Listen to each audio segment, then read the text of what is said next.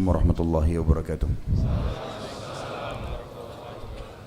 Alhamdulillah, selalu saja kita memuji Allah dalam segala keadaan kita, baik ataupun buruk, senang ataupun susah. Karena dengan memuji Sang Pencipta Allah dengan kalimat mulia Alhamdulillah, segala sesuatunya akan terpenuhi dari kebutuhan kita di roda kehidupan di muka bumi ini. Dan juga kita panjatkan salam hormat kita senantiasa kepada manusia terbaik, karena Sang Pencipta menjanjikan kepada kita barang siapa yang membacakan salam hormat atau mengucapkan salam hormat kepada manusia terbaik ini sekali, maka akan diberikan balasan 10 kali ucapan selamat dan tambahan rahmat dari Sang Pencipta. Oleh karena itu sangat wajar kalau kita selalu mengucapkan salawat dan taslim kepada Nabi besar Muhammad sallallahu alaihi wasallam. Melanjutkan bahasan kita, dan malam ini kita masuk, semoga Allah berkahi dosa besar ke-57, mencelah para tokoh sahabat Nabi SAW. Sahabat sudah sering kita sebutkan definisinya sebenarnya, tapi kita harus mengulanginya karena malam ini memang bahasan berhubungan dengan manusia-manusia terbaik yang telah mendampingi sang Nabi. Beruntunglah manusia-manusia ini secara individu karena mereka berhasil menemui, melihat, bersalaman, bahkan ada di antara mereka yang menjadi kerabat, menjadi mertua, menjadi anak mantu, menjadi orang-orang yang mengorbankan jiwanya, hartanya untuk manusia terbaik, dan itu pasti punya nilai yang sangat besar di sisi Sang Pencipta Allah. Dan juga beruntunglah kita yang belum sempat melihat Nabi SAW, paling tidak bisa mengetahui tentang kehidupan mereka yang dijaga oleh Sang Pencipta Allah, Abu Bakar, Umar, Uthman, Ali, Talha, Zubair dan yang lain-lainnya, sehingga kita bisa mengikuti, menjadikan mereka sebagai suri tauladan dalam kehidupan kita, sehingga kita bisa bersama-sama mereka di surga walaupun kita tidak melihat Nabi SAW. Ulama mengatakan sahabat, definisi yang paling umum disampaikan adalah orang-orang yang berhasil melihat Nabi SAW dengan mata kepalanya, beriman dengan risalah Nabi SAW dan meninggal dalam keadaan iman tersebut.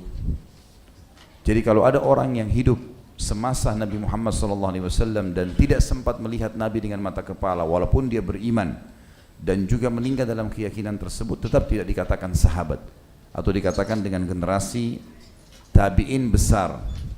Seperti contoh Uwais Al-Qarni, Abu Muslim Khulani, Shuraih Al-Qadi, dan masih banyak tokoh-tokoh tabi'in yang lain yang sebenarnya mereka sudah beriman kepada Nabi SAW di masa Nabi hidup, tapi mereka belum pernah melihat Nabi SAW walaupun cuma sekejap di dalam hidupnya. Dan ulama mengatakan melihat Nabi dengan mata kepala walaupun sekejap, melihatnya pun dari jarak jauh, tapi semasa Nabi masih hidup dan dia sempat beriman serta meninggal dalam keyakinan tersebut, dikatakan sahabat. Sahabat punya banyak sekali kelebihan.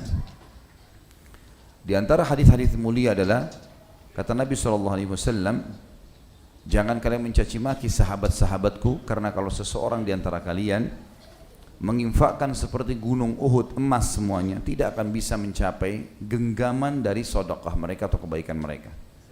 Dan ada banyak sekali hadis yang lain, diantaranya jangan kalian jadikan sahabat-sahabatku sebagai bahan celaan setelah meninggalku nanti. Dan sekian banyak hadis yang menyebutkan tentang fadilah mereka. Sahabat juga dibagi oleh para ulama menjadi tingkatan-tingkatan. Tingkatan yang paling tinggi di antara mereka adalah Khulafaur Rasyidin, Abu Bakar, Umar, Uthman, Ali radhiyallahu anhu ajma'in. Kemudian datang sisa 6 orang yang dijamin masuk surga selain Khulafaur Rasyidin, Talha bin Ubaidillah, Zubair bin Awam, Abdurrahman bin Auf, kemudian Sa'ad bin Abi Waqqas, Sa'id bin Zaid, Abu Ubaidah bin Jarrah, Amir bin Jarrah radhiyallahu anhu ajma'in.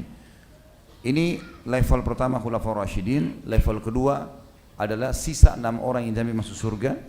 Level ketiga adalah semua yang hadir di perang Badar. Semua yang hadir di perang Badar ini punya kedudukan tersendiri, sekitar 313 orang, karena pada saat itu 314 orang bersama Nabi SAW. Syuhada Badar adalah syuhada yang paling baik di muka bumi, dan yang hadir di perang Badar adalah manusia terbaik, sebagaimana disampaikan oleh baginda Nabi SAW. Bahkan khusus untuk ahli Badar, kalau ada di antara mereka yang sempat berbuat dosa, setelah kejadian Badar pun sudah dimaafkan oleh Sang Pencipta Allah. Kecuali memang orang-orang yang murtad. Walaupun kita tidak temukan orang yang hadir di Badar dengan izin Allah murtad dari Islam, tapi ada di antara mereka setelah itu melanggar, hanya saja dimaafkan secara otomatis. Datang setelah ahli Badar adalah orang-orang yang dijamin surga secara individu oleh Nabi SAW. Seperti misal kasus Fatimah Zahra radhiyallahu anha, anak Nabi SAW yang memang disebutkan dalam hadis secara khusus kalau Fatimah di surga. Kemudian Hasan dan Husain cucu Nabi SAW ridwanullahi alaihim ajma'in, yang kata Nabi SAW, dua cucuku ini adalah pemimpin anak-anak muda di surga. Kemudian juga Bilal bin Abi Rabah, yang Nabi SAW mengatakan aku mendengar trompa sendal Bilal di surga. Kemudian Thabit bin Qais, ya, Ummu Sulaim, dan banyak sekali secara individu yang ditunjuk langsung oleh Nabi SAW masuk menjadi ahli surga.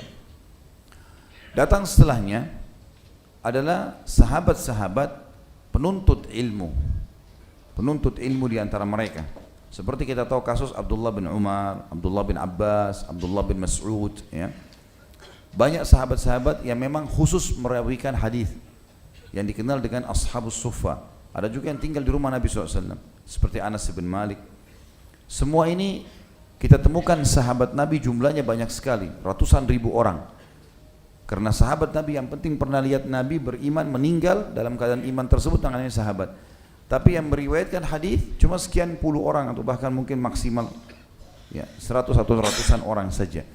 Yang lainnya semua tidak meriwayatkan hadis karena memang ada di antara mereka yang khusus datang duduk di majelis Nabi SAW, ikut setiap hari Nabi kemana, dan Nabi SAW siapkan tempat di belakang rumah beliau dikenal dengan Sufa, kurang lebih 5 kali 5 meter tingginya, sekarang ditinggikan oleh kerajaan Saudi di masjid sekitar 1 meter dari tanah.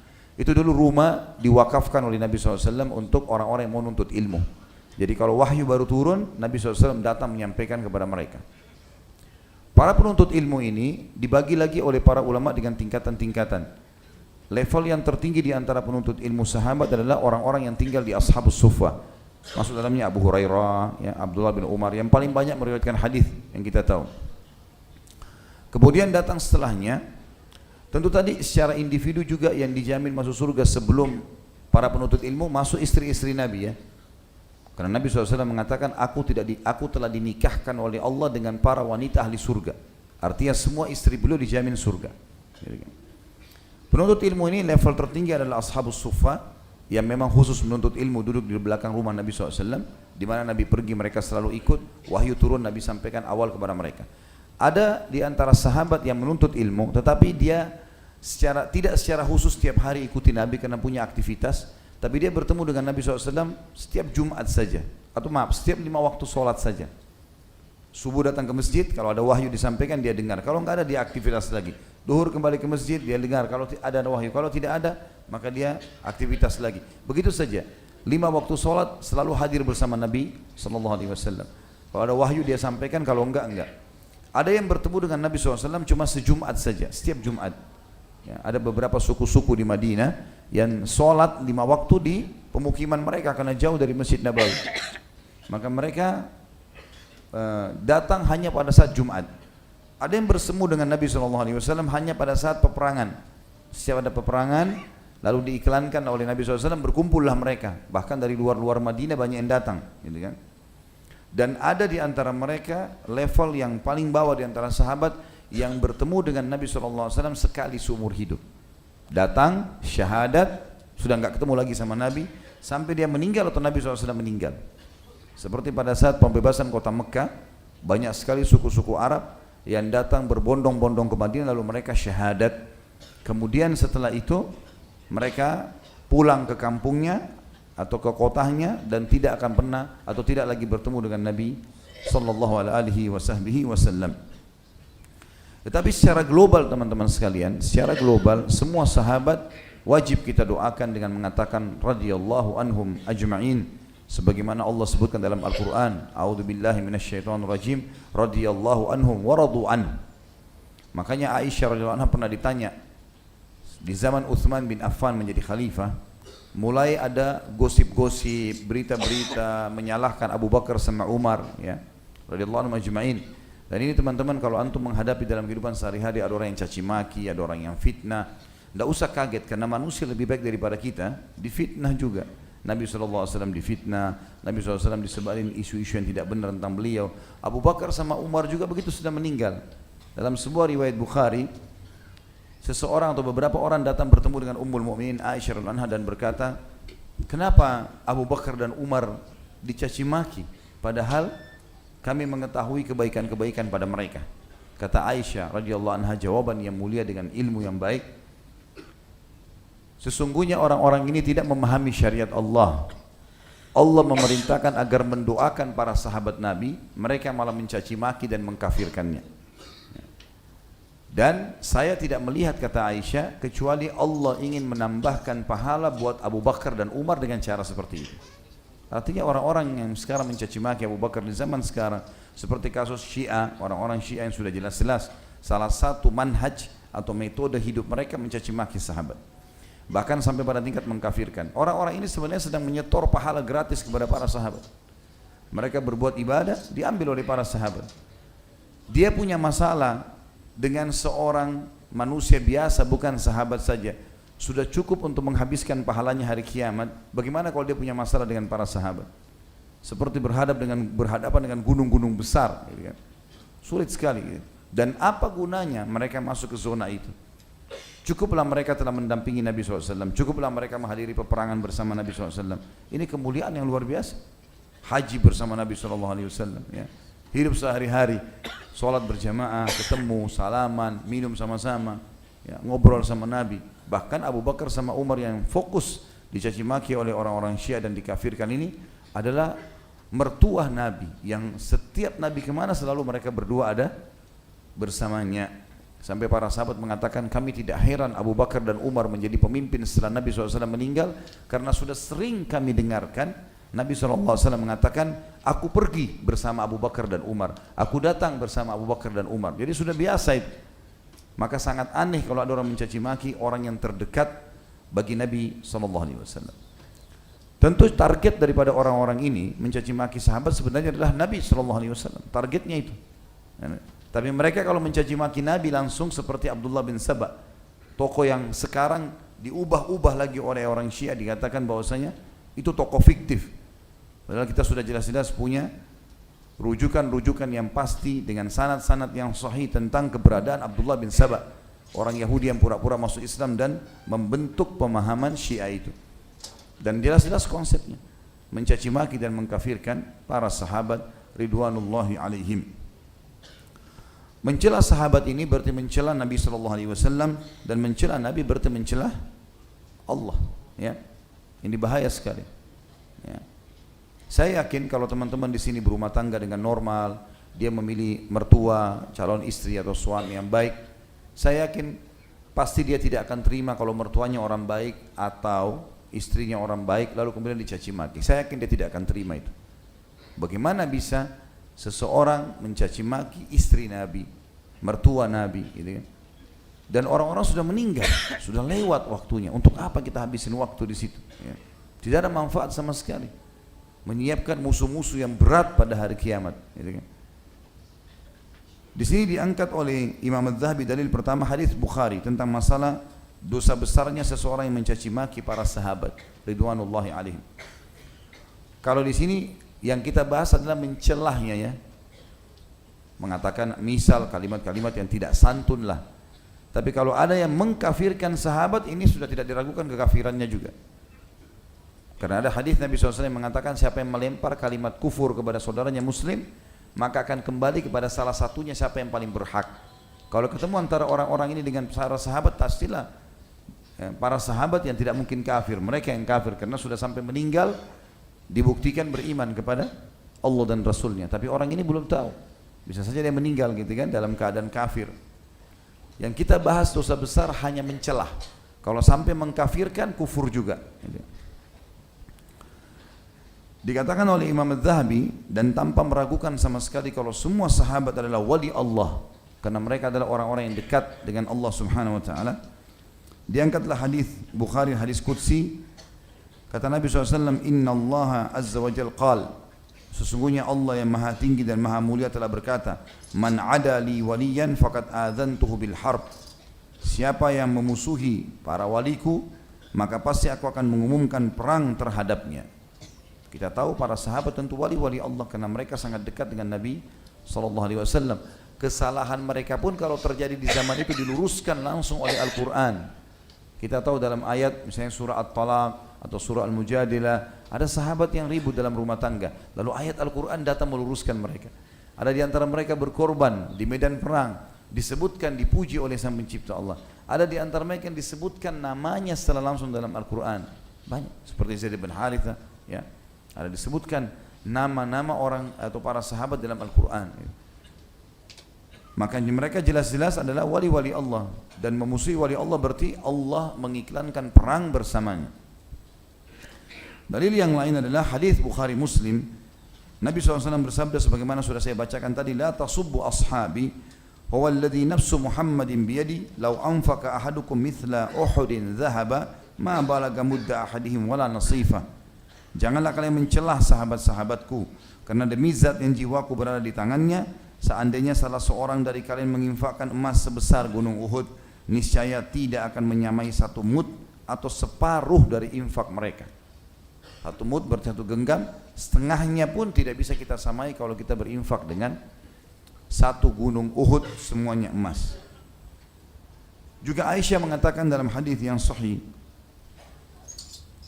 dan hadis ini diriwayatkan Imam Muslim, umiru bil istighfari li ashabi Muhammadin sallallahu alaihi wasallam fasabbuhum.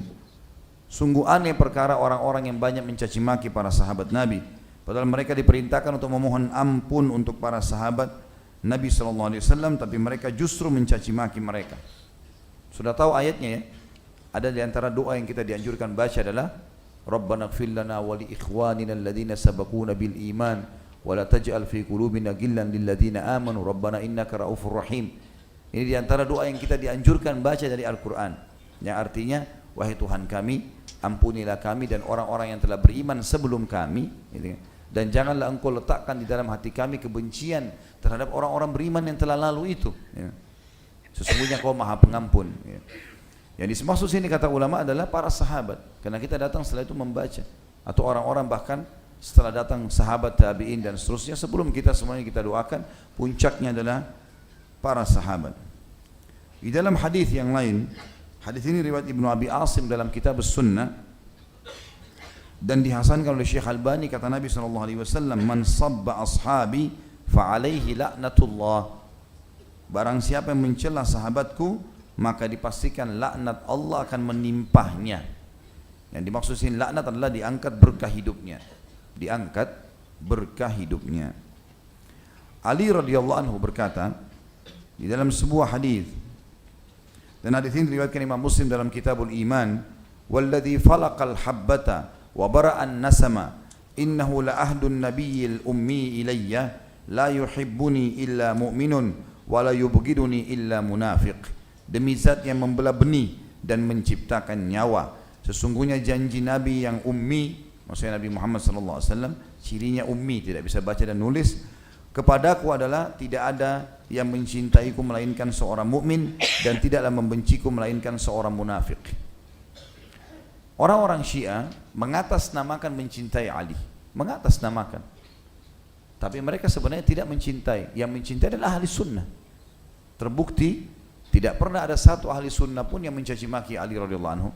Kita semua mengatakan radhiyallahu anhu, kita akui khulafaur rasyidin yang keempat, kita akui sebagai anak mantu Nabi SAW, kita akui sebagai sepupu Nabi SAW, dan kisah-kisahnya dinukil, fadilah-fadilahnya disebutkan, ya. Tidak ada sama sekali yang kita celah. Istrinya Fatimah radhiyallahu anha kita puji, dimuliakan, anak Nabi SAW. Anaknya Hasan dan Husain radhiyallahu anhum ajma'in, kita puji Hasan dan Husain, kita mengatakan radhiyallahu anhum ajma'in. Dan kita akui hadis-hadis Nabi SAW tidak terkecuali memuji kedua cucu beliau yang mulia ini, gitu kan? Tapi orang-orang Syiah tidak. Sampai sekarang pun mereka ada yang menghina Hasan. Mereka anggap Husain saja yang bisa diakui. Bahkan yang diakui adalah keturunannya dari Husain. Kenapa? Hasan sempat menyerahkan kekuasaan kepada Muawiyah. radhiyallahu anhum ajma'in. Padahal Nabi SAW pernah tunjuk Hasan dan berkata, inna ibni hadha sayyidun, sesungguhnya anakku ini atau cucuku ini adalah tuan.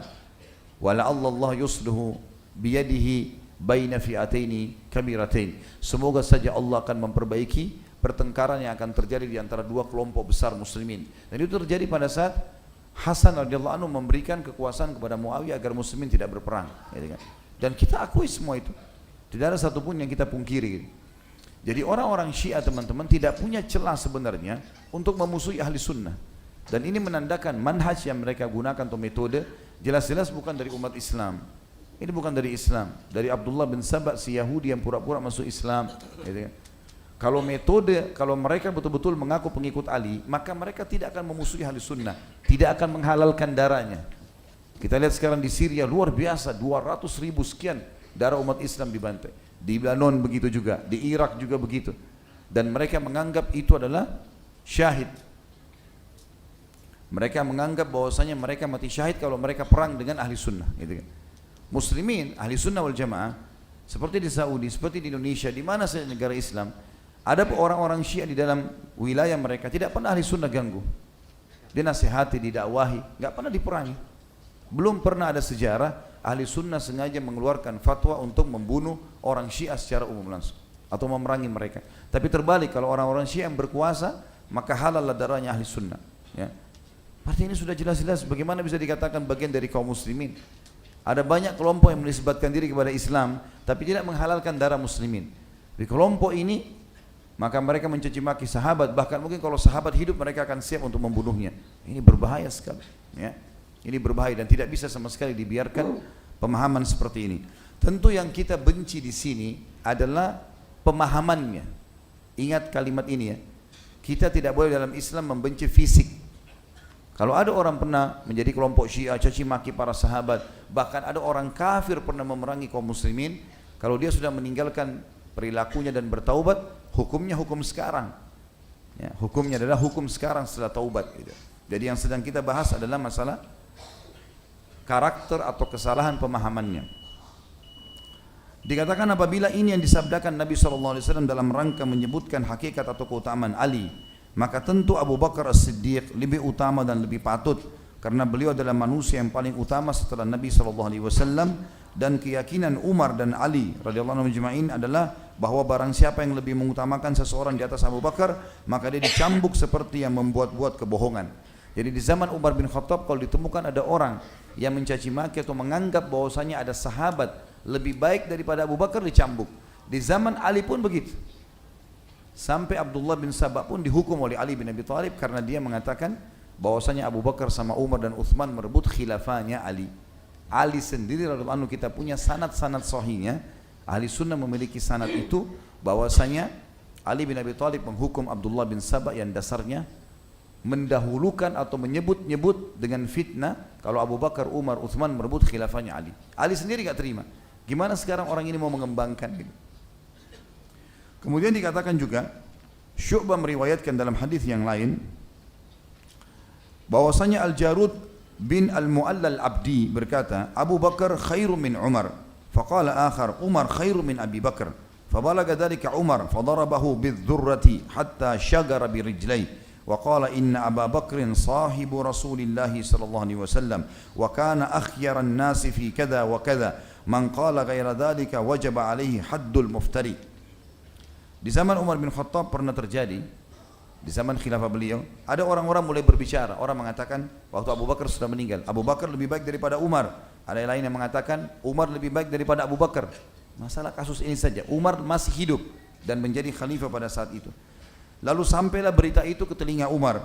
Lalu beliau memukul orang-orang yang menyebarkan berita bahwasanya Umar lebih baik daripada Abu Bakar. Memecut mereka dengan cara menyuruh mengangkat kakinya dan dipukul di kaki orang-orang ini. Jadi hukuman seperti orang yang berdusta. Lalu berkata, sesungguhnya Abu Bakar adalah sahabat Rasulullah SAW dan beliau adalah orang yang paling baik dalam hal ini dan hal itu. Maksudnya dalam keimanan, dalam perjuangan, dalam infak harta, segalanya lebih baik dari semua orang. Barang siapa yang mengatakan selain itu, ada orang yang lebih baik daripada Abu Bakar, apalagi sampai mencaci makinya, mengatakan saja lebih baik, maka wajib mendapatkan hukuman had yang membuat kebohongan. Jadi harus dicambuk 80 derah. Kalau ada orang mengatakan saja si fulan lebih baik daripada Abu Bakar, itu saja. Bagaimana kalau dia mencaci maki? Bagaimana kalau sampai dia mengkafirkan? Di dalam riwayat yang lain, itu tadi riwayat Umar bin Khattab mencambuk orang yang mengatakan ada yang lebih baik daripada Abu Bakar. Kalau riwayat yang lain, Ali bin Abi Thalib berkata, balagani anna qauman yufaddilunani ala Abi Bakr wa Umar. Man qala syai'an min hadha fahuwa muftar alaihi ma 'alal muftari. Dan tadi riwayat yang sebelumnya disebutkan oleh Imam Muslim tentang riwayat Umar bin Khattab yang mencambuk orang yang mengatakan bahwasanya Umar lebih baik daripada Abu Bakar. Dan riwayat Ali bin Abi Thalib yang berkata ini adalah riwayat Imam Ahmad dalam kitab Musnad, dan Ibnu Abi Asim menyebutkan dalam kitab Sunnah, dan hadisnya hadis hasan. Kata Ali bin Abi Thalib, telah sampai kepadaku bahwasanya suatu kaum mengatakan bahwa aku lebih utama daripada Abu Bakar dan Umar. Barang siapa yang mengatakan sesuatu dari ini, maka dia adalah orang yang membuat kebohongan. Dia akan mendapatkan hukuman orang yang membuat kebohongan. Jadi kita lihat di sini bukan kita yang menyuruh menghukum orang-orang yang mencaci maki sahabat, tapi sahabat-sahabat sendiri menerapkan hukum seperti itu. Dan termasuk Ali bin Abi Thalib radhiyallahu anhu yang diangkat-angkat oleh Syiah, seakan-akan ahli sunnah membencinya, mengeluarkan hukum seperti ini. Kalau ada yang mengatakan bahwasanya aku lebih baik daripada Abu Bakar dan Umar, maka harus dicambuk hukuman cambukan pendusta 80 derah. Dalam riwayat yang lain, Ali bin Abi Thalib juga berkata radhiyallahu anhu ajma'in dalam riwayat Ibnu Abi Asim dalam kitab Sunnah dengan sanad sahih, la utiya bi rajulin faddalani ala Abi Bakar wa Umar illa jalattu haddal muftari. Tidak akan pernah didatangkan seorang laki-laki kepadaku yang mengatakan bahwasanya aku lebih utama daripada Abu Bakar dan Umar, melainkan pasti aku akan mencambuknya sebagaimana hukum had orang-orang yang membuat kedustaan. Kalau ada orang yang mengatakan kafir, maka tentu akan lebih berat daripada itu. Dan ini kita tutup teman-teman dengan ini. Adalah hadis Nabi SAW yang masyhur, dalam hadis yang sahih riwayat Bukhari, man qala li akhihi ya kafir faqad ba'a biha ahaduhuma. Kalau ada orang yang berani mengatakan kepada saudaranya muslim, hai kafir, muslim itu hidup atau mati. Dia klaim orang ini kafir dan tidak ada tanda kekafiran padanya, tidak murtad dari agama, gitu kan? Maka sungguh kalimat kufur akan kembali kepada salah seorang di antara keduanya. Kalau yang diucapkan memang layak dia murtad dari Islam, maka dia mendapatkan kalimat itu. Kalau enggak, akan kembali kepada pengucapnya. Kata ulama hadis, yang mengucapkan kekafiran pada muslim, maka dia dicap kafir. Kata penulis rahimahullah Imam Az-Zahabi, dan Imam Az-Zahabi kita tahu meninggal tahun 700-an Hijriah. Jadi ini cerita yang kita sampaikan malam ini teman-teman, bukan baru sekarang dikarang bukunya. Ini fase-fase di abad pertengahan Hijriah. Penulis mengatakan bahwa barang siapa yang berkata kepada Abu Bakar atau lainnya, hai kafir, maka kufur itu pasti kembali kepada orang yang mengatakannya secara qat'i, secara pasti. Kalau ada sekarang orang yang mengatakan Abu Bakar kafir, maka kekafiran kembali kepada dia secara qat'i. Kata Imam Az-Zahabi, Imam Az-Zahabi penyusun buku kita ini, ya, dosa-dosa besar adalah salah satu ulama yang dijadikan rujukan untuk menilai hadis Nabi sallallahu alaihi wasallam. Kata beliau, barang siapa yang berkata kepada Abu Bakar atau lainnya dari sahabat, hai kafir, maka kufur itu pasti kembali kepada orang yang mengatakannya secara qat'i. Hal ini karena Allah telah ridho dengan kaum mukminin dari kalangan sahabat, terutama yang pertama-tama masuk Islam, dan kekal dalam Al-Quran surah At-Taubah ayat 100. A'udzu billahi minasyaitonir rajim. Was-sabiqunal awwaluna minal muhajirin wal ansari walladzina ittaba'uuhum bi ihsan walladzina ittaba'uuhum bi ihsanin radhiyallahu anhum wa radu an. Allah kekalkan dalam Al-Quran memuji para sahabat, orang-orang yang terdahulu lagi yang pertama-tama masuk Islam, di antara orang-orang muhajirin dan ansar. Allah sebutkan muhajirin sahabat dari Mekah, ansar sahabat di Madinah, dan orang-orang yang mengikuti mereka, para sahabat dengan baik. Allah ridha kepada mereka dan mereka pun ridha kepada Allah. Kata beliau, penutupan bahasannya, siapa yang mencela mereka itu, maka dia telah menantang Allah untuk perang. Bahkan siapa yang mencela dan mencaci kaum muslimin dan menyakiti mereka, maka kami telah kemukakan bahwa ini juga termasuk di antara dosa-dosa besar.